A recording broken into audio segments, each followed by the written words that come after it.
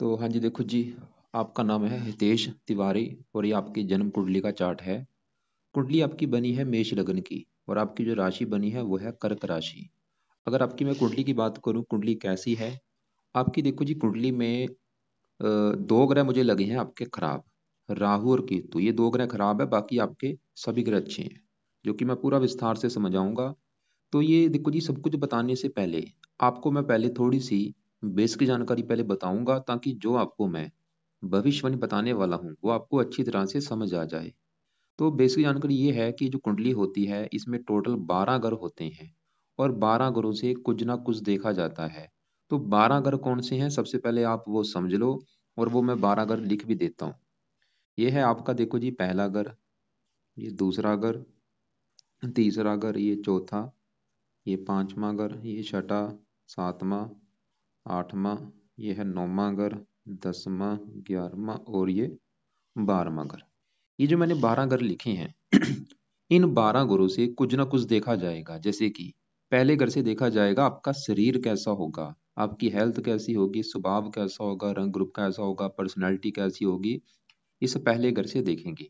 दूसरा अगर आपके है धन जोड़ने का घर, तीसरा घर छोटे भाई बहनों का है, चौथा घर आपकी माता मकान वाहन का है, पांचवा घर बच्चों का है, छठा घर शत्रु रोग कर्जा, सातवां घर है आपकी पत्नी का घर, आठवें घर से आपकी उम्र कितनी है वो देखेंगे, नौवें घर से आपका भाग्य देखा जाएगा, दसवां घर आपके है नौकरी कारोबार का घर, 11वां घर है बड़े भाई बहन इच्छा पूर्ति, और 12वें घर से आपके खर्चे देखे जाएंगे।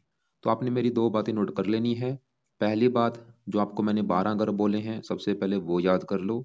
दूसरी बात, इन 12 ग्रहों से क्या क्या देखा जाएगा वो याद कर लो। अब आप ये देखो कि आपने देखना क्या है, आपका सवाल क्या है। जैसे कि आपका सवाल है आपकी अगर पत्नी को लेके, कि आपकी पत्नी कैसी होगी, पत्नी से बनेगी या नहीं। तो ये सातवां अगर आपकी है पत्नी का घर। तो अब अभी आपको मैंने बोला था कि सातवां घर किसका था, पत्नी का, तो पत्नी के लिए सातवां घर देखा जाएगा। और सातवें घर में लिखा है सात, जो कि है तुला राशि। तुला राशि का जो मालक होता है वो शुक्र होता है। तो आपकी पत्नी के लिए हमें शुक्र को देखना पड़ेगा। ऐसे ही अगर आपकी उम्र देखनी है, अगर आपका मन में है कि मेरी उम्र कितनी है, तो ये आठवां घर मैंने बोला था आपकी उम्र का है। तो आपकी उम्र इस आठवें घर से देखेंगे। और आठवें घर में क्या लिखा है, आठ, आठ है वृश्चिक राशि, मालक बना मंगल। तो आपकी उम्र के लिए हमें मंगल को देखना पड़ेगा कि मंगल कैसा है। तो मेरा भाई कहने का मतलब ये है कि आपने जो कुछ देखना है वो घर देखो, और उस घर का जो मालक बना है वो मालक आपने देखना है। अब देखो जी, मोटा मोटा आपको बेसिक जानकारी समझ आ चुकी है। अब बात करते हैं भविष्यवाणी की। भविष्यवाणी में सबसे जरूरी होती है दशा देखनी। ये जो 9 ग्रह होते हैं, ये 9 ग्रह एक्टिवेट कब होते हैं, जब इनकी चलती है दशा। और दशा जो होती है वो दो प्रकार की होती है, एक महादशा, एक अंतरदशा। महादशा बड़ी होती है जो कि आपके ऊपर अभी चली हुई है बुध ग्रह की, और ये देखो जी 2011 से चली हुई है, और ये 2028 में अभी खत्म होगी।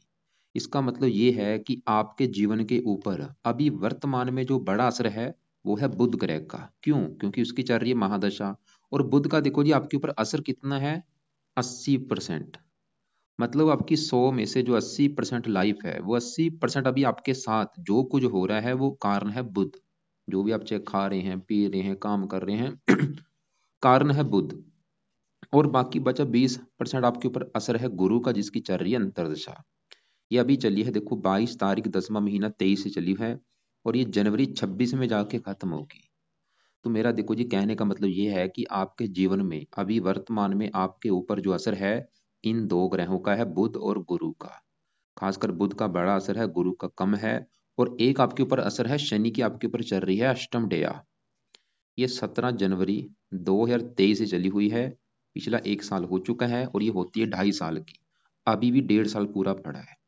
तो मैं एक बार फिर रिपीट करता हूँ, अभी आपको मैंने क्या बोला है कि आपके जीवन में आज के समय में आपकी लाइफ में जो कुछ आपके साथ हो रहा है उसका एक कारण है बुध की दशा, दूसरा कारण है गुरु की दशा, और तीसरा कारण है शनि की अष्टम डेया। अब देखो, सबसे पहले मैं अष्टम डेया की बात करता हूँ कि ये क्या है। अष्टम डेया देखो जी 2.5 साल की होती है, एक साल हो चुका है, चली हुई है। आपने जैसे साढ़े सती सुनी होगी, जो कि 7.5 साल की होती है। ऐसी एक अष्टम डेया होती है। जब अष्टम डेया देखो जी किसी के ऊपर आती है, उस बंदे की लाइफ में दिक्कतें आनी शुरू हो जाती हैं, ये अच्छी नहीं मानेंगी। जब भी आती है भाई, बहुत सारी दिक्कतें आती हैं, परेशानी आती है, रुकावटें आती हैं, मानसिक चिंता होती है, हेल्थ खराब होती है, अजीब सा डर लगा रहता है, दुश्मन बढ़ते हैं। और आप चाहे नोट कर भी लेना कि जब से ये डया चली हुई है पिछला 1 साल से, तब से आपको दिक्कतें आ रही होंगी, नोट कर लो चाहे भाई आप। और ये अभी भी 1.5 साल की पड़ी है। मतलब एक तो आपका जो अभी वर्तमान में समय है, ये अष्टम डया वाला, ये सही नहीं है। आपको इस अष्टम डया से बचना पड़ेगा। और ये है किसकी? ये शनि की होती है। तो अष्टम डया के लिए क्या करो? पहला काम कि आप हर शनिवार को शनि मंदिर में माथा टेक के आया करो। लिख लो, आप पेन कापी लेके चीजें लिख लो जो मैं बता रहा हूँ। हर शनिवार को शनि मंदिर में जाना है, माथा टेक के आना है, और वहां पे प्रार्थना करके आनी है कि शनि देवता जी, आपके मैं मंदिर इसलिए आया हूँ ताकि आपकी जो मेरे ऊपर अष्टम दया चली हुई है वो मेरी अच्छी जाए, मुझे कोई दिक्कतें ना आए। दूसरा काम आपने रात के समय शनि का करना है, रोजाना मंत्र जाप। और ये शनि का मंत्र कब तक करना है? अभी कम से कम 1.5 साल तक करो रोजाना। कम से कम 2-3 माला रात के समय मंत्र जाप करना है। ओम शम शनिश्चराय नमः।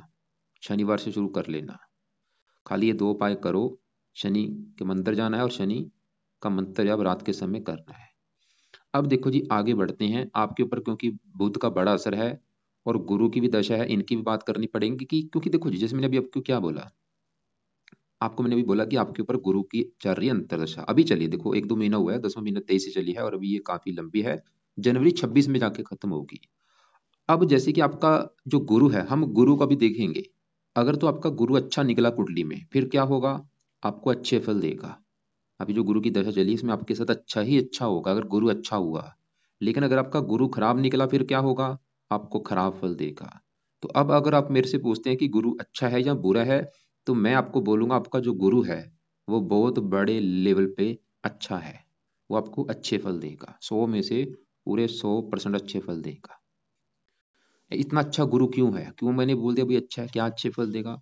तो गुरु आपका यहाँ पे बैठा है 5वें घर में, जो कि मैंने आपको सबसे पहले बोला था, घरों को रट्टा लगा लो और घरों से क्या देखा जाएगा वो याद कर लो। तो 5वां घर भाई आपका जो है, ये 5वां घर है आपके बच्चों का घर। बच्चे कैसे होंगे? 5वें घर से देखेंगे। 5वां घर आपकी पढ़ाई का है, आप कितने पढ़े लिखे होंगे, 5वें घर से देखेंगे। 5वां घर आपकी बुद्धि का भी है। तो 3 चीजें 5वें घर से देखेंगे, बच्चे, पढ़ाई और बुद्धि। अब देखो जी, इसके लिए हमें 5वां घर देखना पड़ेगा 3 चीजों के लिए, और 5वें घर में क्या लिखा है? 5, जो कि सिंह राशि, मालक कौन बना? सूर्य। तो इन 3 चीजों के लिए हमें 5वें घर के मालक सूर्य को देखना पड़ेगा। और सूर्य के अलावा 5वें घर में कौन बैठा है? गुरु। गुरु को भी देखना पड़ेगा। और 5वें घर के ऊपर जिन ग्रहों की दृष्टि है, दृष्टि किसकी है? राहु की भी दृष्टि है 9वीं, मंगल की 8वीं दृष्टि है, इनको भी देखना पड़ेगा। मतलब कम से कम आपके बच्चों के लिए, पढ़ाई के लिए हमें समझ लो 1 2 3 4 4 ग्रह देखने पड़ेंगे। चारों ग्रहों को देख के डिसाइड होगा बच्चे कैसे होंगे, पढ़ाई कैसी होगी और बुद्धि कैसी होगी। सबसे पहले अभी हम 5वें घर में जो गुरु आके बैठा है उसकी मैं अगर बात करूं, तो गुरु देखो जी कहाँ बैठा है? 5वें घर में। घर किसका है? ये सूर्य का घर है। आपको मैं एग्जांपल समझाता हूँ। जैसे कि मान लो जो मेरा घर है, मैं अपना अपनी अपनी बात कर रहा हूँ, कि मेरे घर में मेरा कोई दोस्त आके बैठ जाए, जो मेरा दोस्त है वो मेरे घर में अगर बैठा होगा, क्या होगा? मेरे घर का अच्छा ही करेगा, मेरे घर का कोई नुकसान नहीं करेगा। क्यों? क्योंकि भाई दोस्त है, घर में मेहमान बन के आया है। वो काम यहाँ पे गुरु करेगा। गुरु इतना अच्छा क्यों है? क्योंकि गुरु जहाँ बैठा है 5वें घर में, सूर्य के घर में आके बैठा है, जो कि इसका मित्र है। तो गुरु इस 5वें घर का कर देगा बहुत ही अच्छा। और गुरु के अपने भी 2 घर हैं इस कुंडली में। बैठे इस घर में है लेकिन इसके अपने जो घर हैं, एक तो गुरु आपके इस घर का मालिक है 9वें घर का, और इस घर का मालिक है 12वें घर का। ये जो 2 घर हैं गुरु के घर हैं, लेकिन बैठा इस घर में है, मित्र के घर में आके। तो गुरु देखो जी, मैंने अभी जैसे बोला, इस घर का मालिक है 9वें घर का। 9वें घर से देखा जाता है भाग्य। अगर आपका भाग्य देखना है, 9वां घर देखेंगे, और 9वें घर में क्या लिखा है? 9, जो कि धनु राशि। मालक कौन बना? गुरु। तो 9वें घर का मालक गुरु है, तो आपका भाग्य देखने के लिए हमें गुरु को देखना पड़ेगा। और वो कहाँ बैठा है? जाके 5वें घर में, संतान के घर में। गौर से समझो, 9वां घर भाग्य, तो भाग्य चला गया संतान के घर में। गुरु ये दिखा रहा है कि आपका भाग्योदय आपकी संतान होने के बाद होगा, और आपकी संतान भी आपके लिए भाग्यशाली होगी। संतान भी भाग्यशाली होगी, संतान होने के बाद भी आपका भाग्य आपका साथ देना शुरू हो जाएगा। और अभी गुरु की दशा में भी आपका भाग्य साथ देगा। ये जो दशा अभी चली है इसमें भी आपका भाग्य साथ देगा। गुरु 5वें घर में बैठा है संतान के घर में, आपको संतान का सुख अच्छा मिलेगा। 5वां घर पढ़ाई का आपको पढ़ा लिखा बना देगा, बुद्धि का आपको बुद्धिमान बना देगा। गुरु है पुरुष, कुछ ग्रह होते हैं लेडीज, जैसे शुक्र एक चंद्रमा लेडीज है, शुक्र लेडीज है, ये लेडीज ग्रह हैं। गुरु है पुरुष, 5वें घर में बैठा गुरु क्या करता है, पुत्र ज्यादा पैदा करता है, कन्या कम पैदा होती है। और गुरु की 3 दृष्टियां हैं, 5वीं दृष्टि पड़ेगी यहाँ पे 9वें घर के ऊपर, अपने घर को देख रहा है, आपको भाग्यशाली बनाएगा, धार्मिक बनाएगा, परोपकारी बनाएगा। अभी खासकर गुरु की दशा में मतलब आप धार्मिक हो जाएंगे, धार्मिक कामों में आपकी रुचि ज्यादा होगी, परोपकारी होंगे, दानी होंगे। 9वीं दृष्टि पड़ेगी पहले घर के ऊपर, मित्र राशि पहले घर का अच्छा, आपको विद्वान बनाएगा, समझदार बनाएगा, भगवान पर आस्था होगी, हेल्थ अच्छी, स्वभाव अच्छा, रंग रूप अच्छा, पर्सनैलिटी अच्छी। और एक 11वें घर को देख रहे हैं, मतलब हजारों अच्छे फल देगा जो अभी गुरु की दशा चली है। लेकिन आपको मैंने बोला था संतान के लिए 4 ग्रह देखने पड़ेंगे। खाली अभी हमने गुरु को देखा, वो तो भाई संतान के लिए अच्छा है, पढ़ा लिखा भी बना देगा, बुद्धिमान, और भी अच्छे फल हैं। खाली ये मत सोचना कि जो मैंने 5-6 अच्छे फल बोले बस यही, हजारों अच्छे फल हैं। पूरे वीडियो में कवर नहीं कर पाऊंगा, क्योंकि 25-30 मिनट की वीडियो में सभी ग्रहों को भी कवर करना है। मोटा मोटा सा बताने को काफी चीजें हैं भाई, लेकिन मैं आपको सिर्फ मोटा मोटा सा बता रहा हूँ। तो हमने क्या देखा, दया देखी, वो आपकी अच्छी नहीं है। गुरु की दशा देखी, वो अच्छा है। बुध की मैं बाद में बात करता हूँ। पहले आपका देखो जी, मैं एक सबसे जो नेगेटिव चीज मैंने आपको बोली थी कि आपकी कुंडली में सबसे बुरी चीज मुझे क्या लगी है, कि आपके 2 ग्रह जो खराब है, एक तो राहु और केतु। बस ये दोनों ग्रह ही आपके भाई बहुत ही ज्यादा खराब है, और दोनों में भी जो ज्यादा ग्रह खराब है वो है राहु। आप समझ लो राहु आपका 1000 गुना ज्यादा खराब है, और जो केतु है वो सिर्फ 100 गुना। मतलब दोनों में भी ज्यादा जो ग्रह खराब राहु है, सबसे ज्यादा आपका जो ग्रह खराब है वो है राहु। अब सवाल है कि क्यों खराब है और क्या खराब फल देगा। तो राहु आपका देखो जी बैठा है 9वें घर में, जो कि 9वें घर से मैंने बोला था आपका भाग्य देखा जाएगा। तो राहु 9वें घर में बैठा है भाग्य घर में।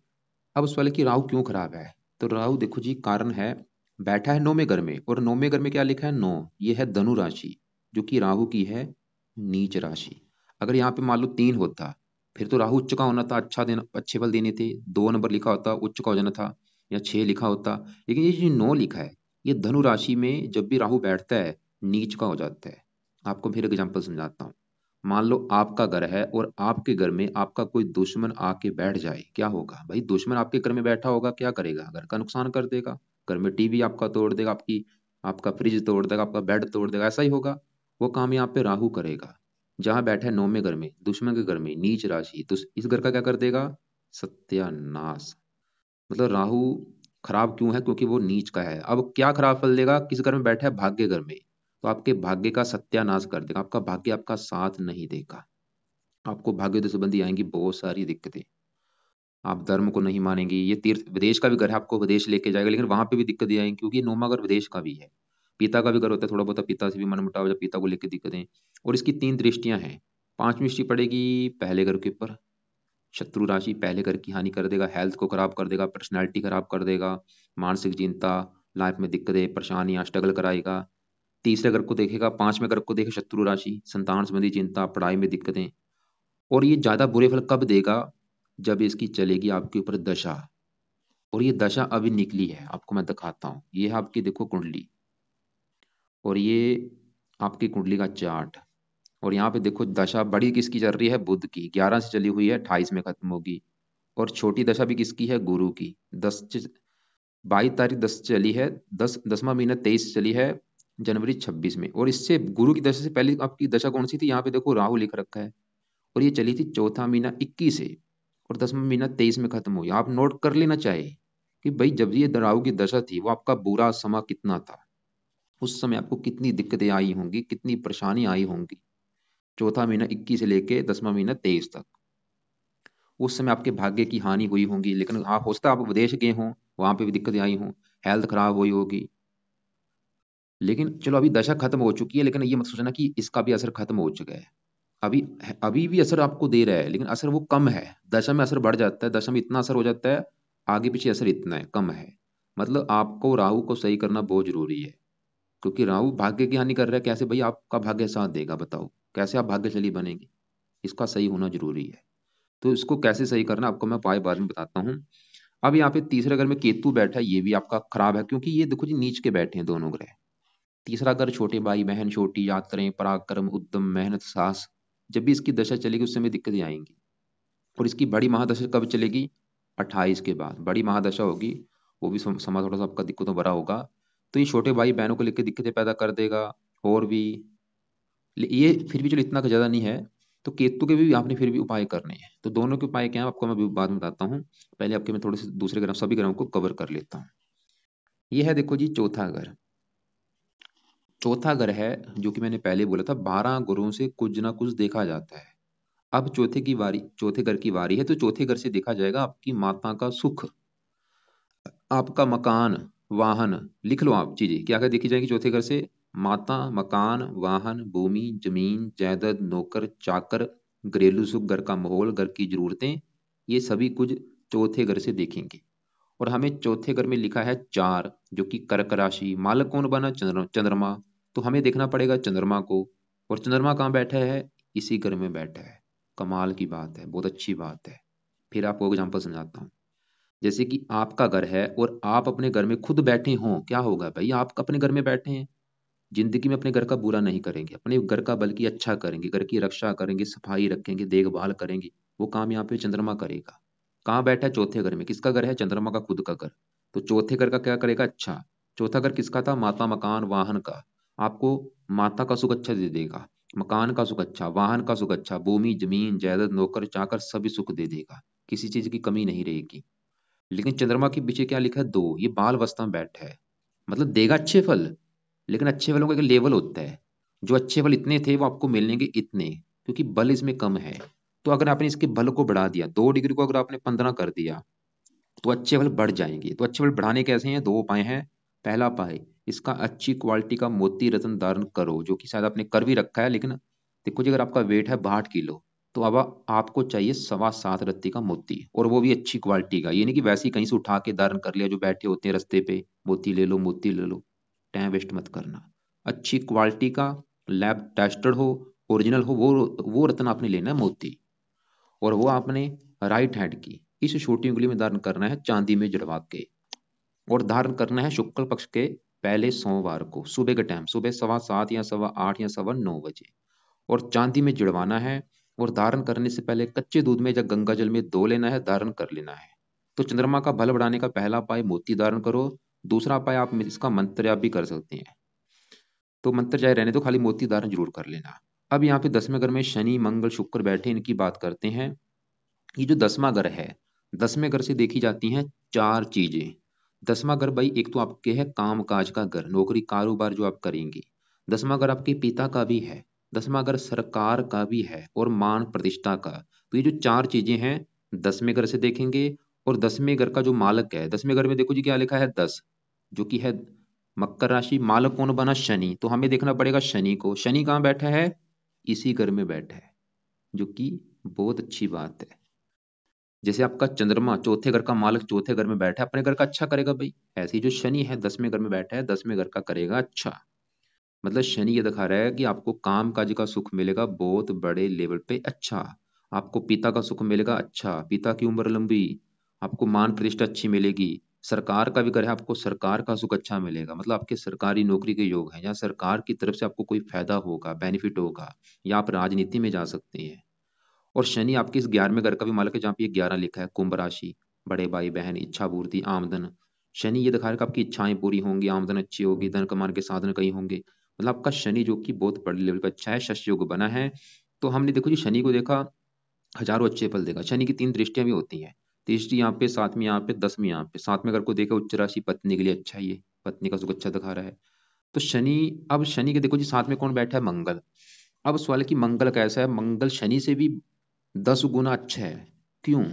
मंगल जहां बैठा है, ये शनि, ये है, ये जो 10 लिखा है, ये 10 है मकर राशि, जो कि मंगल की उच्च राशि है। यहाँ पे एक बहुत बड़ा योग बना है। योग क्या बना है? शनि अपने घर में है, और मंगल की है उच्च राशि, इसे कहते हैं एक बड़ा योग। मतलब दोनों ग्रह मिलके 10वें घर को बहुत अच्छा कर देंगे। मंगल भी ये दिखा रहा है कि भाई आपका नौकरी कारोबार का सुख होगा बहुत ही अच्छा, पिता का सुख अच्छा, सरकारी कामों के लिए अच्छा, मान प्रतिष्ठा अच्छी।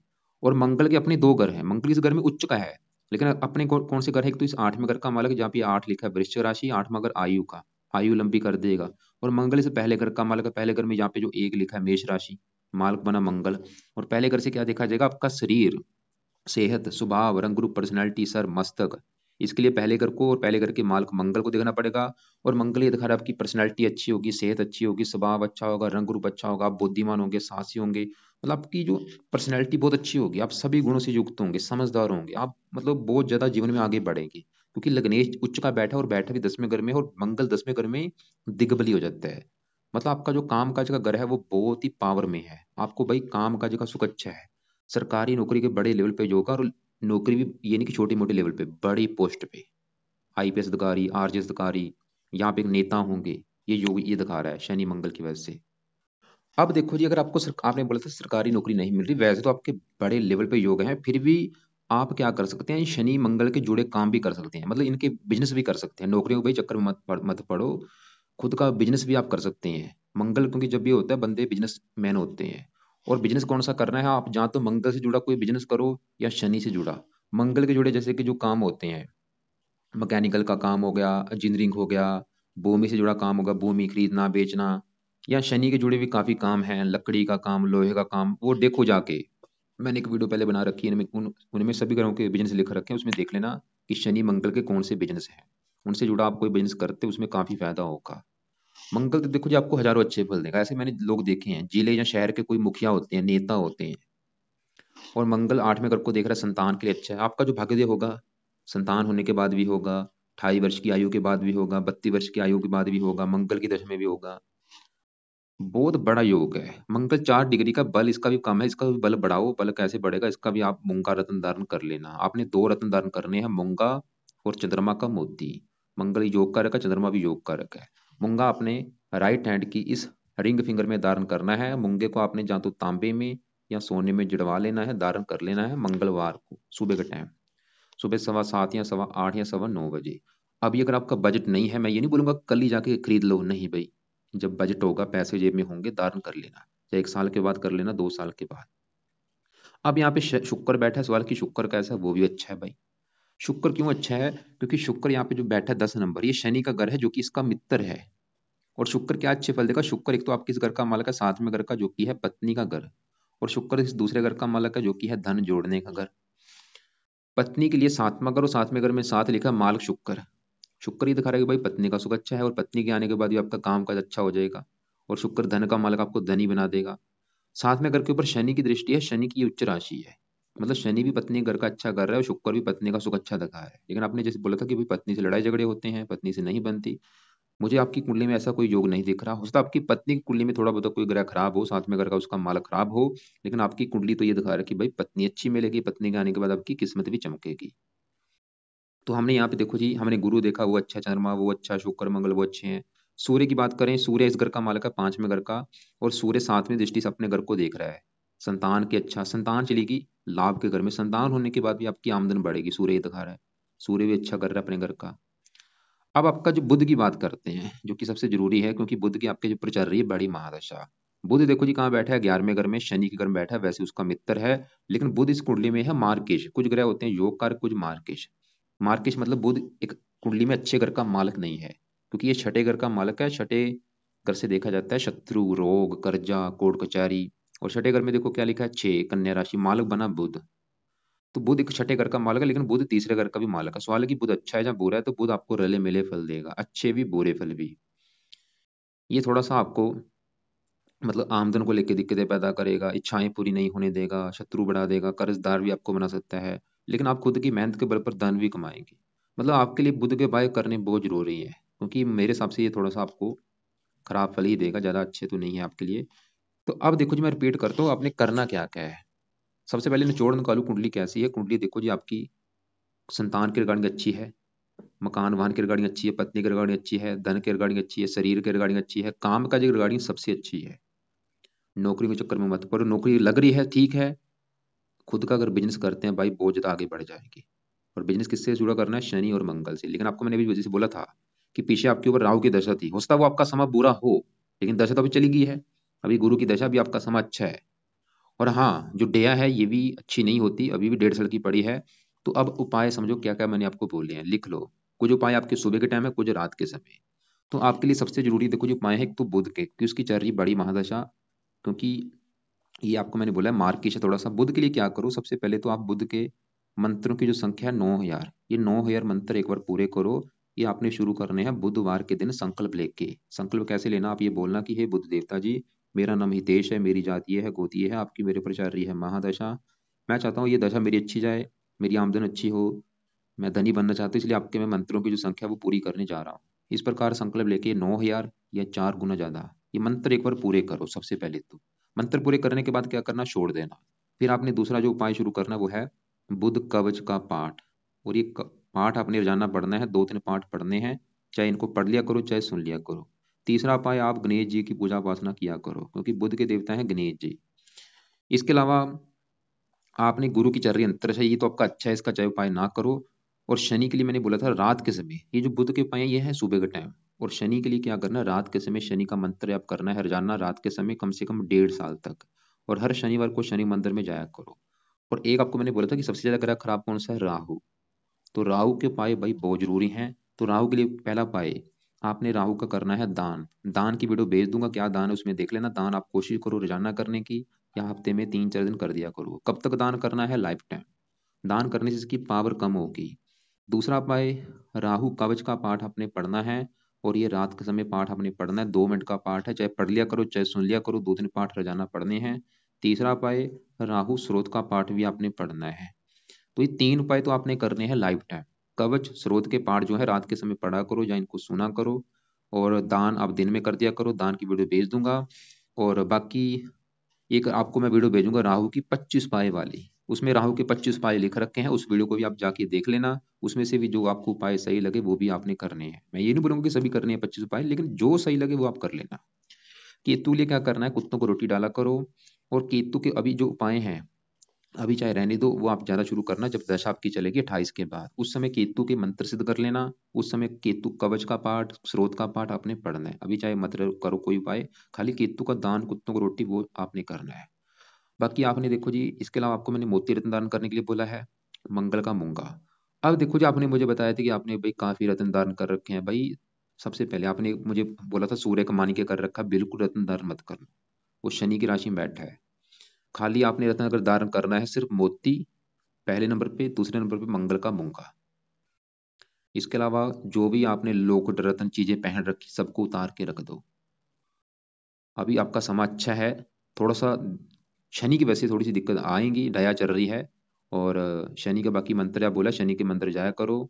और बाकी देखो जी, ट्राई करो, ठीक है आपकी नौकरी मैंने जैसे बोला बड़े लेवल पे योग है, फिर भी साथ में खुद का बिजनेस करो।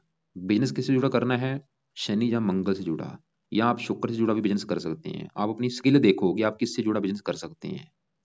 लेकिन पहले राहु के उपाय कम से कम अभी करो। राहु क्योंकि आपके भाग्य की हानि कर रहा है, हो सकता है आगे भी जाके आपको दिक्कतें आए। तो राहु के भी आप एक बार मंत्र सिद्ध कर लेना 18,000, ये जरूर करना। मंत्र कैसे सिद्ध किए जाते हैं आपको एक मैं वीडियो भेजूंगा, राहु के मंत्र जाप की विधि क्या है वो आप देख लेना। तो ये आपकी कुंडली का फलादेश। बाकी आपके देखो जी, पुत्र होने के काफी योग, आपने मुझे बोला था कि पुत्र होगा या नहीं।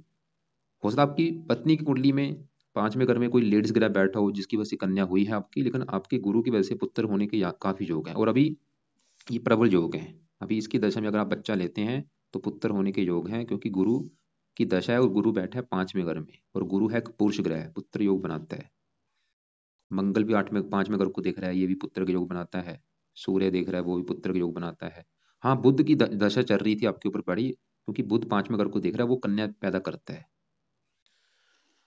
तो बाकी फिर भी आप ऐसा करना, जो कुछ पूछना होगा, जो आपको कोई बात समझ ना लगी हो उन सवालों को पहले लिख के अपने पास रख लेना। कल दोपहर 2 बजे के बाद मुझे कॉल करके पूछ लेना, 2 और 3 के बीच में कॉल कर लेना मुझे आप।